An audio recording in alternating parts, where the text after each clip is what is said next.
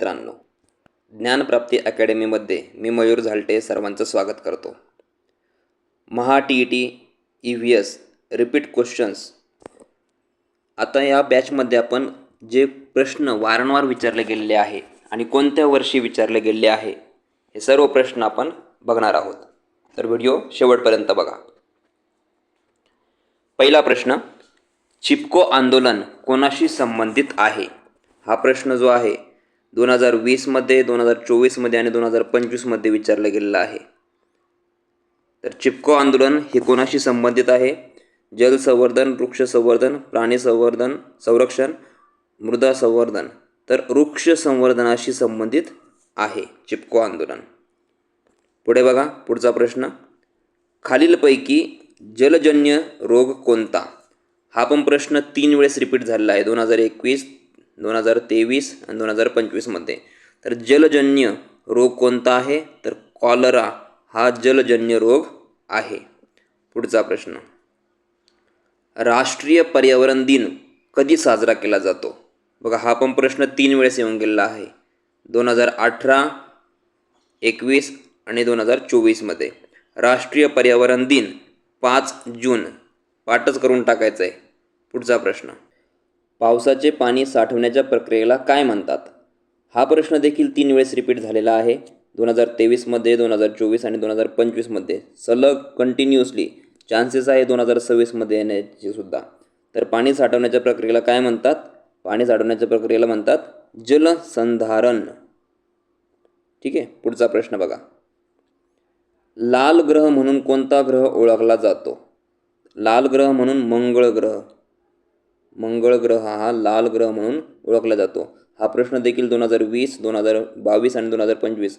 म्हणजे आपण जर प्रिव्हियस इयर क्वेश्चन पेपरचा अभ्यास केला तर आपल्याला एक गोष्ट लक्षात येईल, भरपूर सारे प्रश्न रिपीट झालेले आहे. पुढचा प्रश्न, झाडे वातावरणात कोणता वायू सोडतात? एकदम अतिशय सोपा प्रश्न आहे. झाडे वातावरणात कोणता वायू सोडतात? तर ऑक्सिजन वायू सोडतात. हा पण प्रश्न 3 वेळेस रिपीट झाला आहे 2021, 23 आणि 25मध्ये. पुढचा प्रश्न, मधमाशी पालनाला काय म्हणतात? मधमाशी पालनाला मधुमक्षिका पालन असे म्हणतात. प्रश्नामध्येच उत्तर दडलेलं आहे. हा पण प्रश्न 2019, 22 आणि 24मध्ये 3 वेळेस रिपीट झालेला आहे. पुढचा प्रश्न, रक्त शुद्ध करण्याचे कार्य कोणता अवयव करतो? हा प्रश्न देखील 3 वेळेस रिपीट झालेला आहे 22, 24 आणि 25, 2025मध्ये. रक्त शुद्ध करण्याचे कार्य मूत्रपिंड हा अवयव करतो. पुढचा प्रश्न, खालीलपैकी अपारंपरिक ऊर्जा स्रोत कोणता? तर अगोदर पण हा प्रश्न आपण घेतलेला आहे. सौर ऊर्जा हा स्रोत जो आहे तो अपारंपरिक ऊर्जा स्रोत आहे. हा प्रश्न 3 वेळेस रिपीट झालेला आहे 2021, 23 आणि 25मध्ये. पुढचा, कोणता पक्षी उडू शकत नाही? तर सगळ्यांना माहिती, कावळा उडू शकतो, पोपट. तर शहामृग उडू शकत नाही. नेक्स्ट, खालीलपैकी कोणता प्राणी उभयचर आहे? पैकी कोणता प्राणी उभयचर आहे? 3 वेळेस रिपीट झालेला आहे, बघू शकता तुम्ही इथं. तर बेडूक हा उभयचर प्राणी आहे. पुढचा प्रश्न, वनस्पती अन्न तयार करण्याची प्रक्रिया कोणती? तर वनस्पती अन्न तयार करण्याची प्रक्रिया हा प्रश्न देखील 3 वेळेस रिपीट झालेला आहे, तुम्ही बघू शकता इथं. तर प्रकाश संश्लेषण. पुढचा प्रश्न, रक्ताचा लाल रंग कशामुळे असतो? तर हिमोग्लोबिनमुळे रक्ताचा लाल रंग असतो. 2021, 24 आणि 25मध्ये हा प्रश्न विचारला गेला आहे. पुढचा प्रश्न बघा, खालीलपैकी कोणता रोग डासांमुळे होतो? म्हणजे आपण जे प्रश्न घेतले आहे जवळजवळ सगळेच प्रश्न 3 वेळेस रिपीट झालेले आपण घेतलेले आहे, रिसेंटली आलेले. खालीलपैकी कोणता रोग डासांमुळे होतो? तर मलेरिया हा रोग डासांमुळे होतो. पुढचा प्रश्न, पृथ्वीचा नैसर्गिक उपग्रह कोणता? चंद्र. पुढे, जलसंधारण याचा मुख्य उद्देश काय? तर जलसंधारण म्हणजे जल साठवणे हा त्याचा मुख्य उद्देश आहे. नेक्स्ट, खालीलपैकी कोणता सण शेतकरी आणि बैलाशी संबंधित आहे? बघा, 3 वेळेस रिपीट झालेला आहे, पोळा. अतिशय सोपे प्रश्न असतात, फक्त एकदा आपल्याला रिव्हिजन करण्याची गरज असते. मानवी शरीरात श्वसनाचे कार्य कोणता अवयव करतो? मानवी शरीरात श्वसनाचे अवयव फुफ्फुसे करतो. ठीक आहे. पुढे, खालीलपैकी प्रदूषण कमी करण्यासाठी कोणता उपाय योग्य आहे? तर वृक्षारोपण करणे अतिशय योग्य उपाय आहे. प्रदूषण कमी करण्यासाठी वृक्ष लागवड करणे. सौर ऊर्जा कोणत्या स्रोतापासून मिळते? सूर्यापासून. सोपं आहे. पुढे 3 वेळेस रिपीट झालेले प्रश्न बघा. ओझोन थर आपले संरक्षण कशापासून करतो? तर अतिनील किरण जे आहे, अल्ट्राव्हायलेट. पुढे बघा, रक्ताभिसरणासाठी मुख्य अवयव कोणता? तर रक्ताभिसरणासाठी मुख्य अवयव आहे हृदय.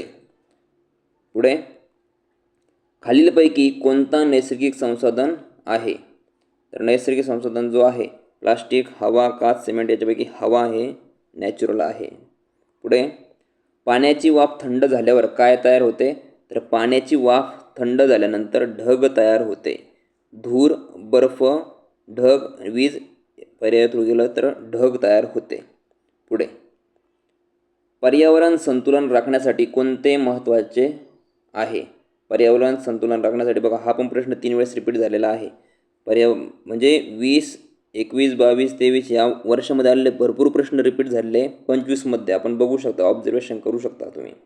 तर पर्यावरण संतुलन राखण्यासाठी वृक्षारोपण करणे अतिशय गरजेचे आहे. नेक्स्ट, हा प्रश्न कालच्या एक व्हिडिओमध्ये सुद्धा आपण घेतला होता बघा. 23, 24 आणि 25 कंटिन्यू हा रिपीट येत आहे. होऊ शकतं 26मध्ये आता जी होणारी आहे त्यावेळेस सुद्धा रिपीट होऊ शकतो. रिड्यूस, रियूज आणि रिसायकल हे कशाशी संबंधित आहे? तर कचरा व्यवस्थापनाशी संबंधित आहे. पुढे, वनस्पतींना हिरवा रंग कशामुळे मिळतो? तर क्लोरोफिल यामुळे वनस्पतींना हिरवा रंग मिळतो. 2018, 22 आणि 25मध्ये रिपीट झालेला आहे.